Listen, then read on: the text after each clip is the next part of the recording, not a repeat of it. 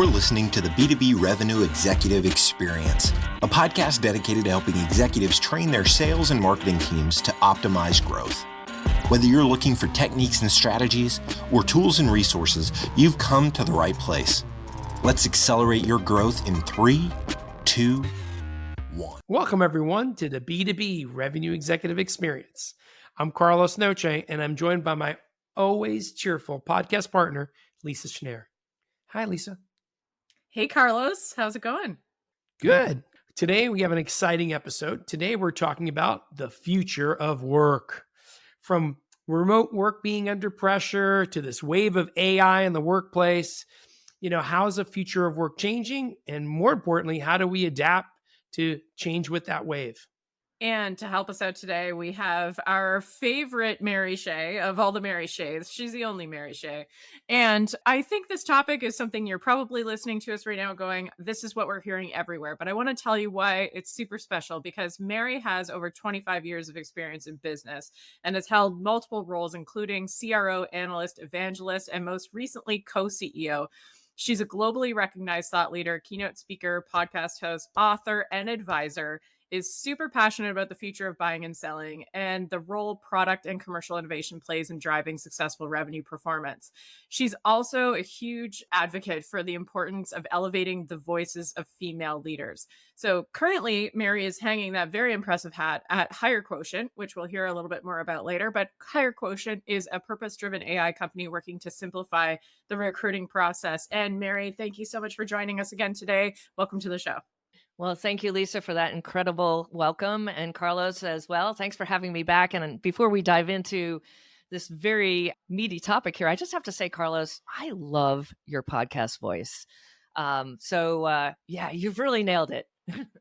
That's it. You're my favorite now forever, even if their name's not Mary. All right, folks. So before we jump into the topic, we always ask about their personal lives just to get to know our guests a little bit better. But Mary was here about almost a year ago. So Mary, my question to you is, hey, what's new? What new hobby or new thing in your life has been going on over this last year? Yeah, thank you for asking. So I'm fortunate enough to be able to reside in 2 places, and I follow the weather a little bit when I can. And so I'm back in Portland, Maine, and avoiding the 105-degree temperatures in Palm Springs. So if you're out there in Palm Springs, I feel for you.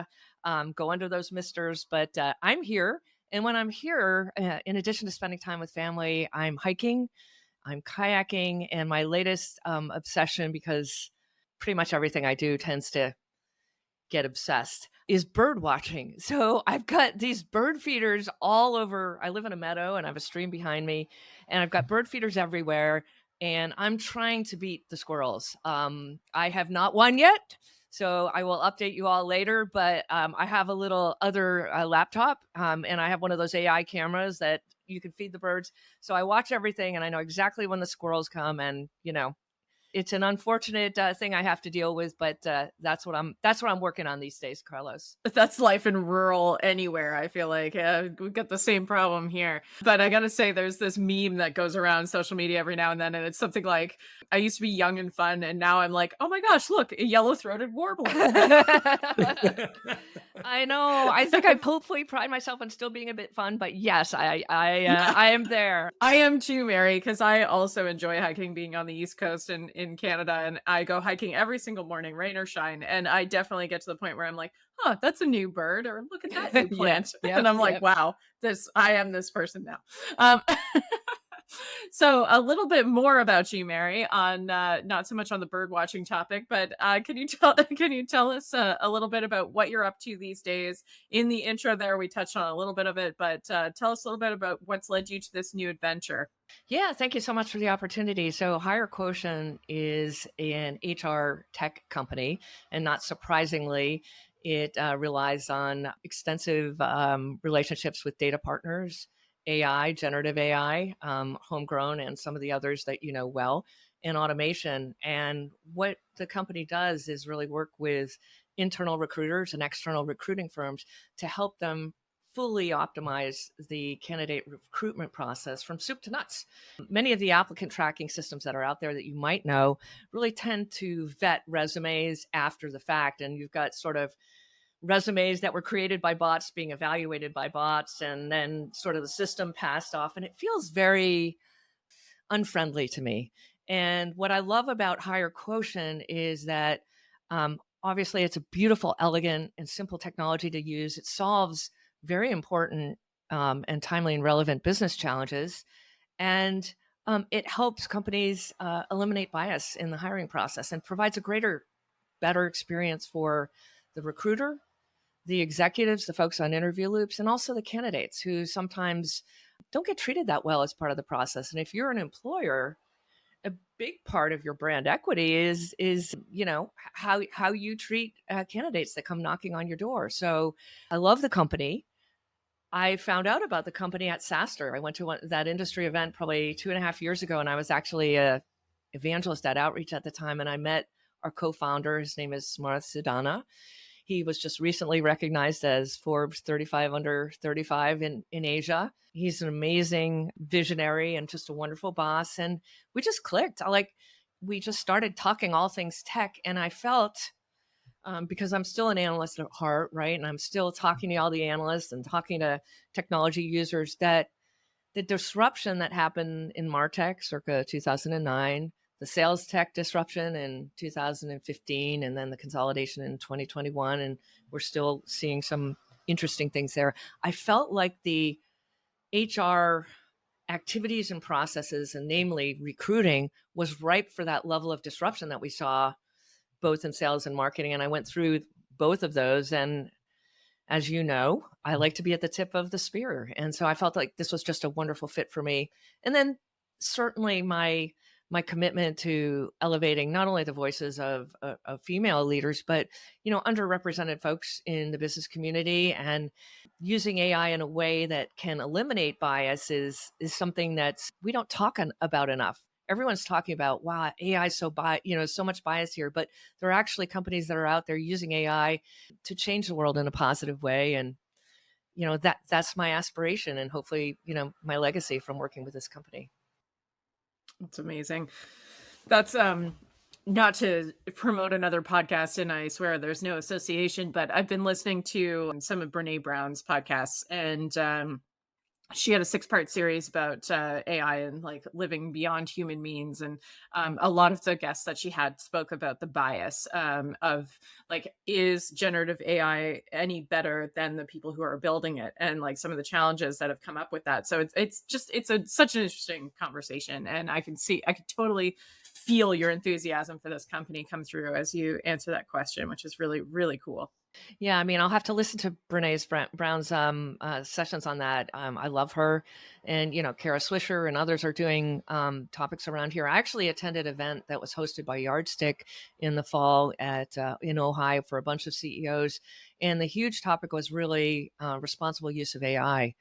And there were some incredible experts, and the reality and the concern, particularly for underrepresented folks, are that it isn't better than the white guys in the room that are actually creating it. And big tech now has so much power in really deciding the directions that AI goes, that we can't be asleep at the wheel. And so it's important to have these conversations. I'm going to be thinking optimistically. In fact, we're going to circle back to AI here in a little bit. But Mary, future of work, I was thinking about it. That's not an easy topic. And I'm also guessing you don't have a magic ball that tells you the future. But we all have a little bit of glimpse of the future in our experiences and what we hear in our conversations. So when it comes to, let's start broad and then we'll kind of narrow it down. But when you think about the future of work, how is it evolving from your perspective? Well, I do, contrary to popular belief, do have a little crystal ball right next to me on my desk, and all Forrester analysts and ex-analysts do. And we pride ourselves on that. And, I try to put a stake in the ground on things, and sometimes you get it right, sometimes you don't. But mostly I think it's the conversation that's generated that, as you start to anticipate where things are going. It's a super tough question, Carlos. And I spoke with a CEO of a late stage startup in Seattle, unicorn that everyone would know well, last week. And we kind of went at it on this topic. And he said, what are you seeing? What are you hearing? Our folks are coming into the office at least 3 days a week. And my position, my point of view is, cat is out of the bag. I mean, you've got your FinServe CEOs that are banging your table. You've got your big tech companies that are saying, you've got to be here a few days a week. You've got to do this. You've got to do that. And the reality is today's workforce, whatever demographic they are, and we have in some cases rich multi-generational workforces right now, want flexibility and freedom. And unless there's high value to going to the office, why would they go? Because number one, I read this statistic that it costs us roughly $50 a day if we actually have to go into the office. Think about that. Lost time on your commute, parking, gas, dry cleaning if you want to look, wear your nice clothes. I go to Starbucks, not to, pitch another brand, but then, it's another $20 at Starbucks, and I have a very fast metabolism. So I'm always like going out to eat, and it's like easily, like, that's just a lot of money. And then I was speaking with another person who lives very close to her office, but the traffic's congested and it's a 45-minute commute. It's just not practical. So respectfully to my my CEO colleagues out there, I think you're wrong. I think we are going to settle in on some sort of a hybrid environment. Now, I think we've probably swung too far with COVID. And then when COVID was over, quote unquote, maybe some swung too far in the other direction. And we'll probably find a nice happy medium. I don't devalue in-person collaboration and work, and I think it's absolutely really important. But I think there's other ways of doing it. Where I see the innovative companies doing it is burst up with 20 people around an important sales meeting when everyone will come into New York. Or they'll go to an event. It could be a Forrester event, a Gartner event, a value selling event, whatever it is. And you've got this opportunity, we're going to a nice place and let's get everybody together and strategize and work and break the bread, because that's important. The in-person conversations are important.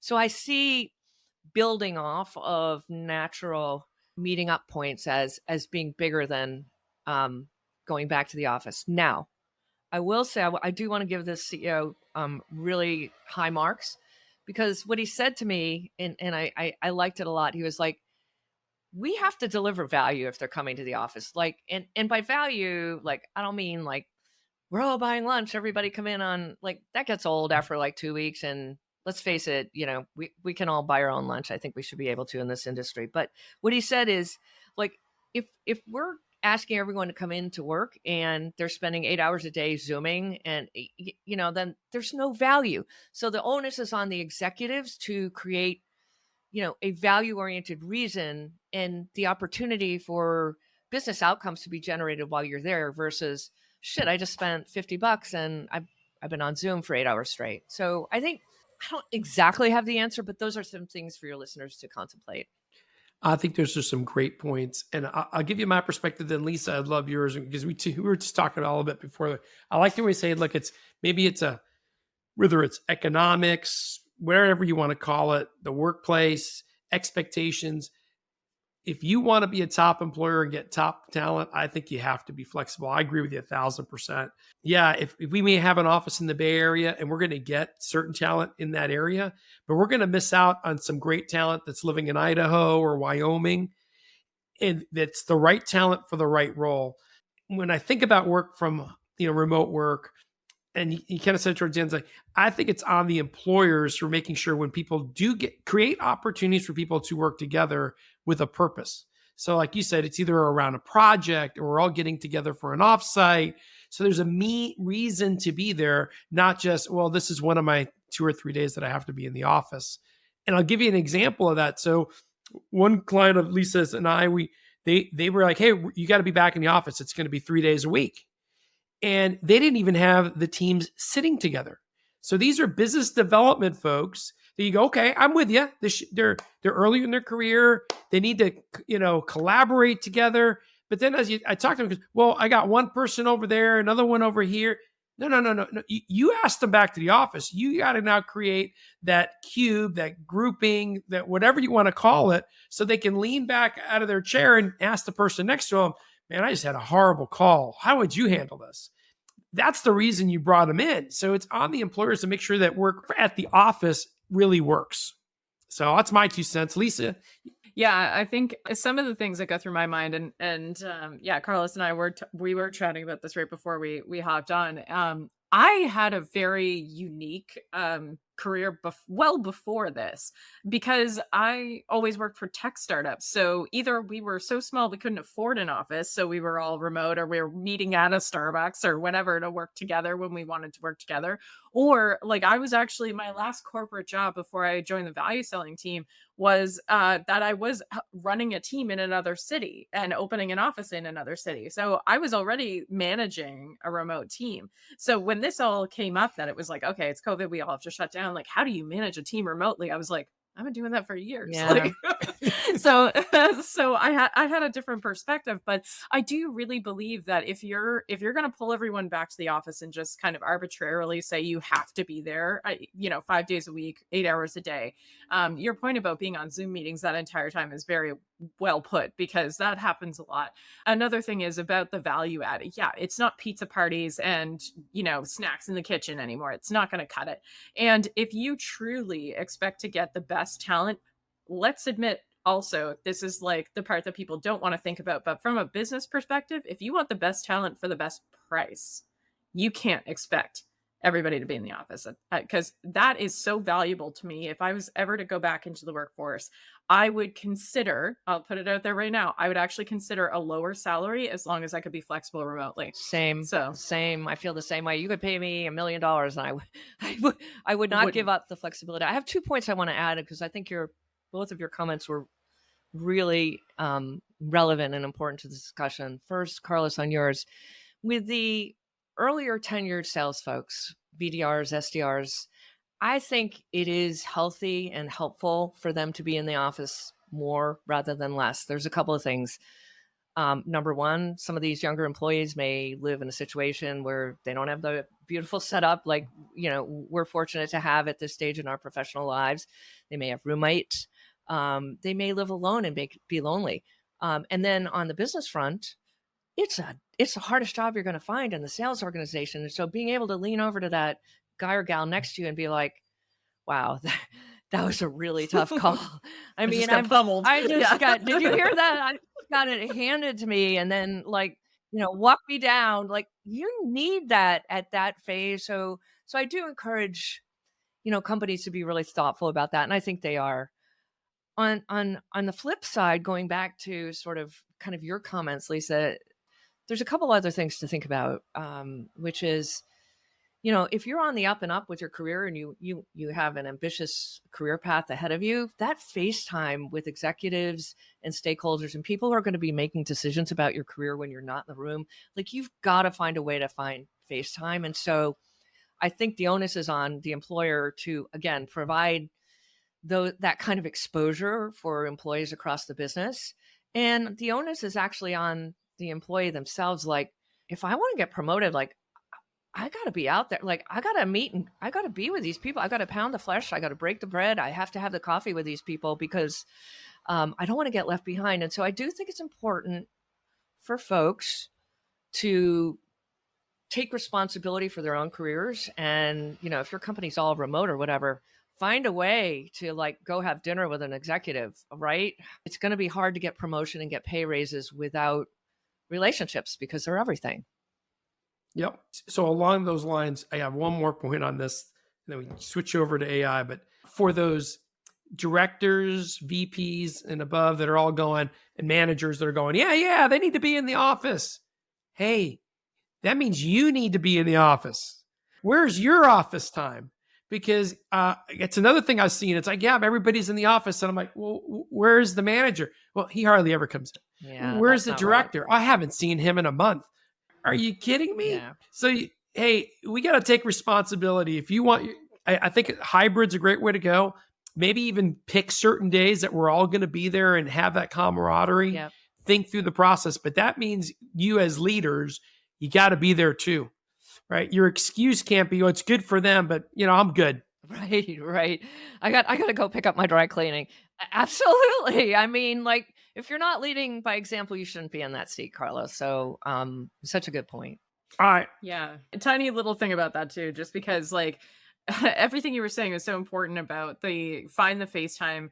I agree. The camaraderie is so important, but it's also like those spontaneous learning moments. They're hard to recreate remotely. They are hard to recreate remotely. So, but one thing I would say also to managers, anybody who's a people manager, I don't care how high up you are or whatever, but if your team is remote and they are not seeking those opportunities, that you should be noticing the fact that they're not, because a lot of the contracts I've worked with remote teams, even if they were always remote teams, something that of course the leadership is always thinking about is like, well, what are they doing? If they're not online, they're not working. What are they doing? And it's like, okay, we're in sales. You can track everything, Right. Right.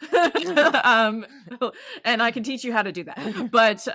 But the other side is if that employee is not seeking those opportunities for FaceTime, if they're not inquiring about how to get those things, that should be a bit of I don't want to say a red flag because that sounds really drastic, but that should be something that you note is this person is not seeking those opportunities, meaning, are they truly invested in this role? Are they happy? Are they in the right role? So in which case, if I'm a manager and people aren't seeking those things, it's the same thing about asking for a raise or negotiating something. If they're not asking for those things, then that's interesting to me. I'm like, why are they not inquiring about that? I completely agree. Yeah. Anyway, now we'll transition over. Carlos, you're ready to dive in, and I yank you back. I want to say, I feel like we've exhausted that topic, but the three of us could probably go on for three hours. But let's help your listeners out a little bit and move on to the next one. Yeah. All right. So 22 minutes in, we come to the big two letters that's on everyone's mind, and that's the impact of AI on work. Yes. And Lisa and Mary, I gotta tell you, I mean, I talk to people from around the globe, and I kind of feel like for some, it's like, hey, it's going to replace your job, your boss's job, the teacher's job. It's all over. It's taking over the world. To, hey, relax. We've been through other waves before. People are still going to be here. It's only going to make them better. We just need to adapt to get there. Mary, help clear this up a little bit. Wow. Yeah. I mean, if I could clear this up, I'd be a multimillionaire, right? I'd be writing my book and I'd have 3 million followers like Guy Kawasaki. But look, I mean, I think like our previous conversation, it's kind of like, meet me in the middle somewhere, Carlos, right? It's not complete doom and gloom, and it's not nothing, right? So the way I think about AI and generative AI's impact on the way we live, work, and play, because it's going to impact every aspect of our life, it's as transformational as electricity was back in the 19th century, whenever that was that it was innovated. I think it was then. I mean, it is as someone's going to Google me. I was probably wrong, but the reality is it's a massive, massive development. I never expected in my life that I would see something that was more impactful than the internet, right? In the way we communicate and work and talk with others. I do think it's going to be bigger than that in terms of the societal and social impacts. And so, fasten your seatbelts and let's get ready for the ride. The thing that I think about is, for your listeners and others who are interested, is just get yourself educated and get involved in the discussion. So I just signed up for Coursera to take a course on prompt engineering. Now I'm using AI every day in my job. I'm a knowledge worker, and things that would take me a week to do now take me 2 days. Things that take me 3 days would now take me 1. That's amazing. Like that means either I can be more productive at work or I have more time for my personal life. So it does have the ability to transform, lives. The other way I look at it for people who are like, it's going to replace my job, it's going to this, it's going to be that. I do think there's risk for white collar workers if they are not upskilling and educating themselves like right now, as well as new college graduates, making sure that they're understanding the fields that are going to be impacted and not to pick their career trajectories appropriately and make sure they're constantly learning. And then, the other way I really think about it is workforces will be smaller. Sales organizations will be smaller, but they're going to be ably amped and people are going to be partnered with technology. And I call it the technology-enabled workforce of the future, which I was thinking about and dreaming about in 2015 at Forrester before I even really understood Gen AI or we were talking about it.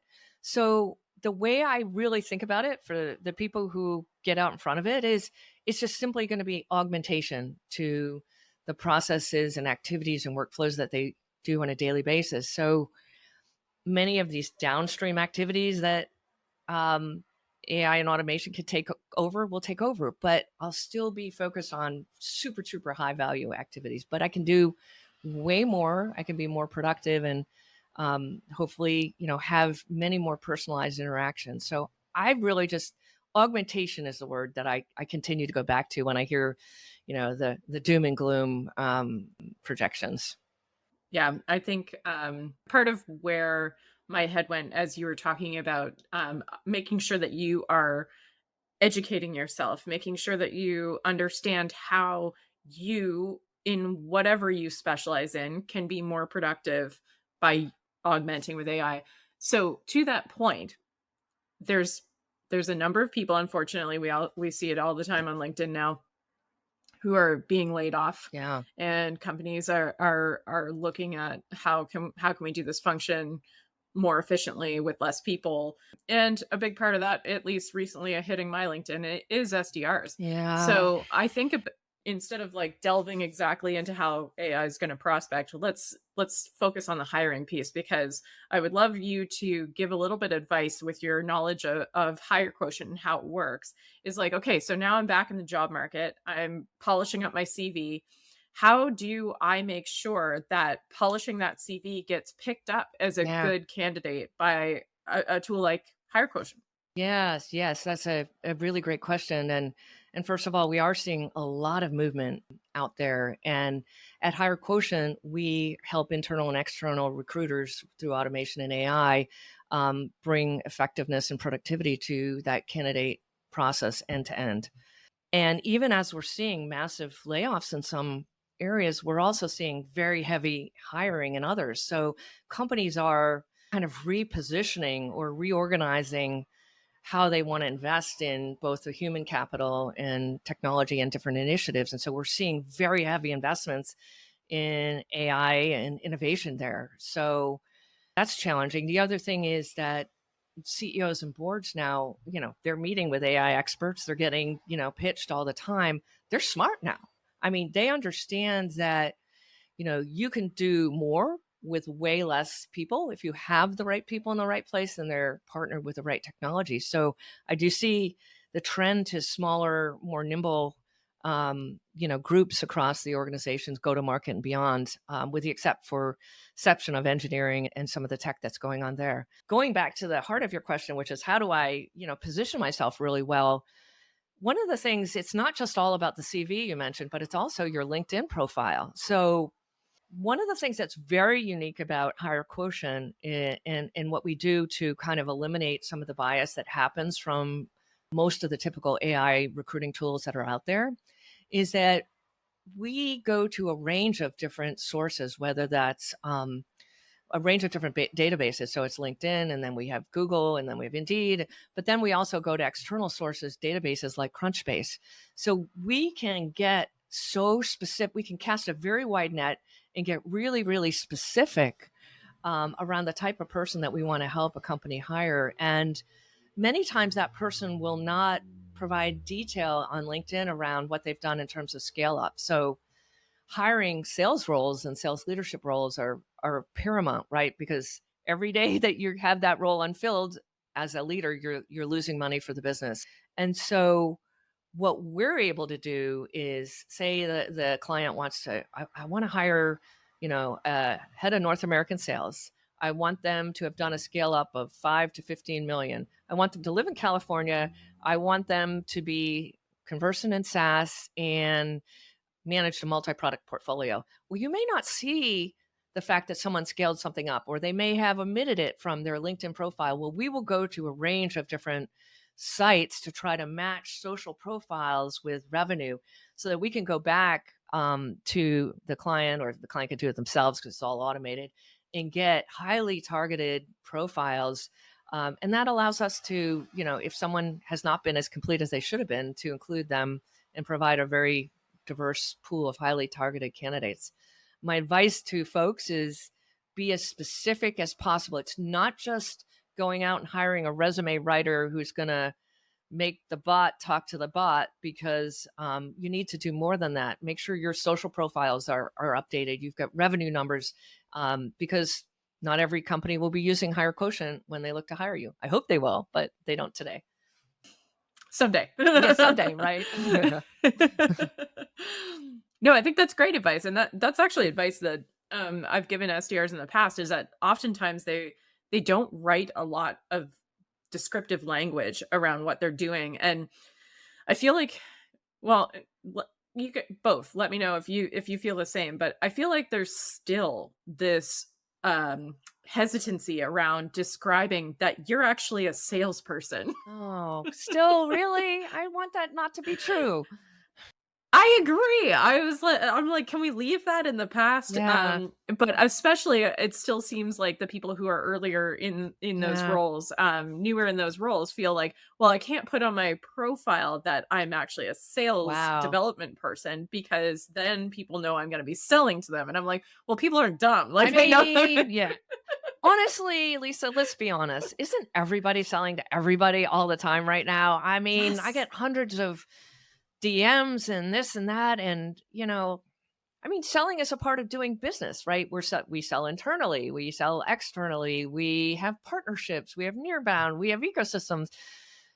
I think anyone who is in a sales profession should hold their head up high, be super proud of it. And, it's a badge of honor. In addition to being, the salespeople I've had exposure to, they care deeply about the personal and professional success. What do you call it in the value prompter? I remember, because I've Personal value. personal value, right? Like, I've never forgot that from all my years of being an advocate for value selling, which is like, there's a personal value and there's a professional value to every big business decision. And I don't know. I think, you're the ultimate advisor. And as salespeople get smarter with technology, are able to bring more insights to the discussion, are able to, understand data and analytics, and put their customer in a position to achieve their professional and personal goals, and to help the organization be successful. Like, that sounds like a McKinsey consultant to me. So folks, think of yourself as a McKinsey consultant. I think that's what you should do, and be proud. I mean, I love having been a salesperson and having a sales career, and the social and economic equity that it provided to me, coming from, a pretty middle-class background. And, you're in a position, if you can be successful, to change the lives of yourself, your family, and people around you. And don't forget that if you're in sales. So be proud. Oh, I love it. I'm going to be clipping that out and like putting it on my LinkedIn profile and being like, here's Mary telling you why you should be proud of your job. But it is something I don't think Carlos would disagree either. Like, we cannot agree more with the fact that there's a true, and this is where we can turn the conversation a little bit into AI and like the humanity of AI. Like, being human in an AI world is, something that, like, you just talked about it. I got to be more eloquent with this question, but basically, it's so as a salesperson, I just got off a call. I'll use this example. Literally right before this call, got off a sales call, and the AI transcribed for me in the background that conversation, summarized it. And so I, as a salesperson, can truly concentrate on one very human trait, which is curiosity. Yes. I can be genuinely curious about that person, their business, their goals, their personal value, all of those things, and not have to transcribe everything down into notes. I don't have to worry about, am I catching everything they're saying? Oh my gosh, what did they just say? Am I going to have to ask them that again? So I can just talk. It's incredible. Which is obviously something we love to do. Apparently we do. We're going to have a silent podcast just for the three of us, so we can keep going. But so to that point, the human mind can only capture about 25% of what's being said to them, which means that if you don't have a note taker, you've got to take notes while you're trying to authentically connect and be an active listener and be curious and make sure you have next steps and enlist and inspire them about your product and service. Well, that's a hell of a lot.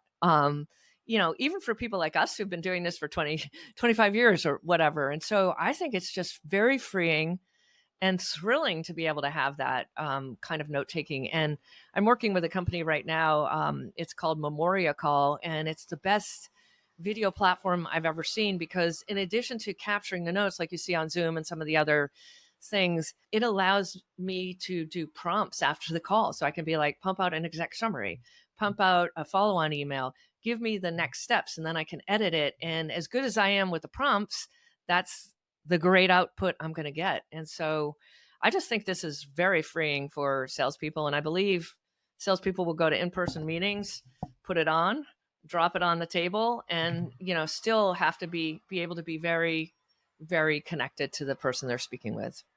Yeah, I agree. As you were kind of explaining it, I was thinking to myself about, I choose to have an optimistic view of AI in the future, and right or wrong, hey, that's what I'm going to choose to do. And when I say that, I'm not trying to be naive about it. Hey, we're our own skill sets, your ability to ask the right prompts to get the best outcomes is a skill set. And we need to work on things like that to get, to be more productive, to get to the next level of our own careers. Right. And but the same token, though, I do think, hey, as I look at some of these tools, I go and you think about the workforce, hey, this might be a way to help folks that may not be as sharp or as quick as others, may not have been privileged to be at the right schools, the right, mentors in their life, and they can use tools like this to be just as productive. I love that. And the other thing, I was speaking with Guy Kawasaki the other day, and I don't think he'll mind me saying this because it was a public forum, but he's hearing impaired, and I had no idea. Well, he has a cochlear ear transplant, and he relies on the AI to help synthesize the conversation while it's happening as an augmentation. And, we think about people who are different, differently abled, right? So there's just so many different applications. And like you, I'm choosing to take a positive outlook while simultaneously involving myself in very serious conversations and watching, right? And weighing in when I see things that are concerning. I'm looking forward to the future of work. I think the skill sets that people have and getting the people with the right skill sets for the right job is evolving. And it might be evolving in a good way, right? Because I think we might have had a little lull in there where we threw way too much technology at things. People kind of think, well, yeah, that it'll create its own email. I don't need to call a person. We got a little lazy a little bit there. And maybe with these new tools coming out in AI, it's going to really force us to be better or be passed by. Yeah, I absolutely agree with you. I mean, look, it's tough out there, right? You should use everything at your disposal to get an edge, to be able to have better conversations with your business partners and colleagues. And the broad vision of HireQuotient, which is the company I'm evangelizing for and representing now, is to enable better engagement with people worldwide. And I think AI can help with that. The big thing is let's keep our humanity, right? As we embrace all these other tools and techniques. It is exciting times. It doesn't have to be scary. But I will say, actually, on that point, not to scare everybody, but I did get off a call with somebody earlier today who said a lot of times there are people, unfortunately, in roles that were put there because they were the best at their previous role. So they were promoted. So this particularly happens a lot with management, right? Like you were the best sales rep, so you get promoted to the manager. And I was on the phone with a company who is very seriously considering that as part of a talent assessment, that those people who are not willing to really step in and step up and adopt what they need to adopt and keep up with the new technology, they're at risk. They are. It is something where, like you say, arm yourself because it's coming whether you want it to or not. And if you don't like what you're doing, think of that change for yourself, not just for your company. Like, don't you want to be excited about going to work? I do. Yeah. I think the biggest message here is no matter where you are in your career, whether you're just starting out mid-career or, further down the path, like I am, like never stop learning. And you said this earlier, never stop being curious. And I think if you can do that and put in the time, you're going to be more successful than you ever dreamed. It's all possible. All right, want me to do the last question of the day? That's what I was thinking. I'm scared. Yeah, I'm scared. Is it going to be a hard one? We're doing so well. Well, I was thinking, I don't know how you're going to sum this up because there's 1,000 different nuggets throughout this that are so valuable. Maybe we'll get AI to do that for us. There you go. Let's do that. I was just like, here, I know we can go on forever, and we're already over our little time frame that we're supposed to do.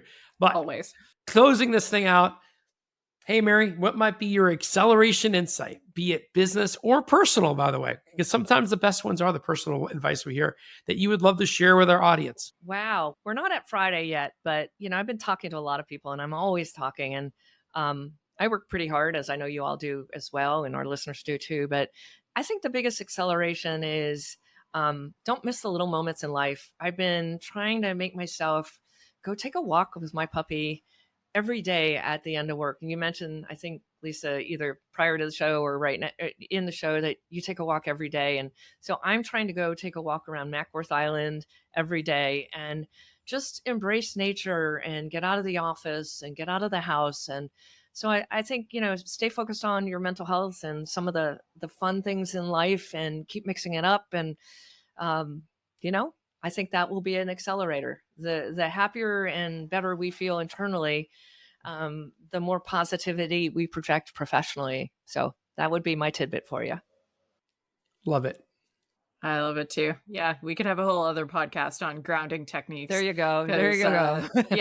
Yeah. Within this AI world, the sensory experiences are even more enjoyable because it's like, yeah. Anyway, that'll be another time. Mary, if one of our listeners wanted to talk to you more about this subject, many of these subjects, bird watching to hiring to AI to career, what's the best way for them to get in touch with you? Yeah, I'm super accessible, and LinkedIn is really my primary channel. So DM me if we're not connected, invite me to connect. And then you can also reach me anytime, Mary at HireQuotient.com, and I'm always up for a chat. Amazing. Thank you so much for joining us today, Mary. It's been wonderful having you. Well, thank you both for the opportunity. It's great to see you, and I look forward to seeing you up north later this summer, Lisa. Yes, can't wait. Also, reach out for any Halifax travel tips. I will do. And you, Mary, we're going to connect on that. Yeah, all things here. All right, everyone, that does it for this episode. Thank you so much for joining us today. Please check us out at www.b2brepexec.com. Share this episode with your family, your friends, your dogs, your kids, and subscribe through YouTube, Spotify, Google Podcasts, really anywhere that you get your podcasts. And if you like what you hear, you can do us a huge favor and throw us a 5-star review on iTunes. I am Lisa Schneier. I am joined by my co-host, Carlos Noche, and of course, the wonderful Mary Shea. And until next time, we all wish you nothing but the greatest success. You've been listening to the B2B Revenue Executive Experience. To ensure that you never miss an episode, subscribe to the show in iTunes or your favorite podcast player. Thank you so much for listening. Until next time.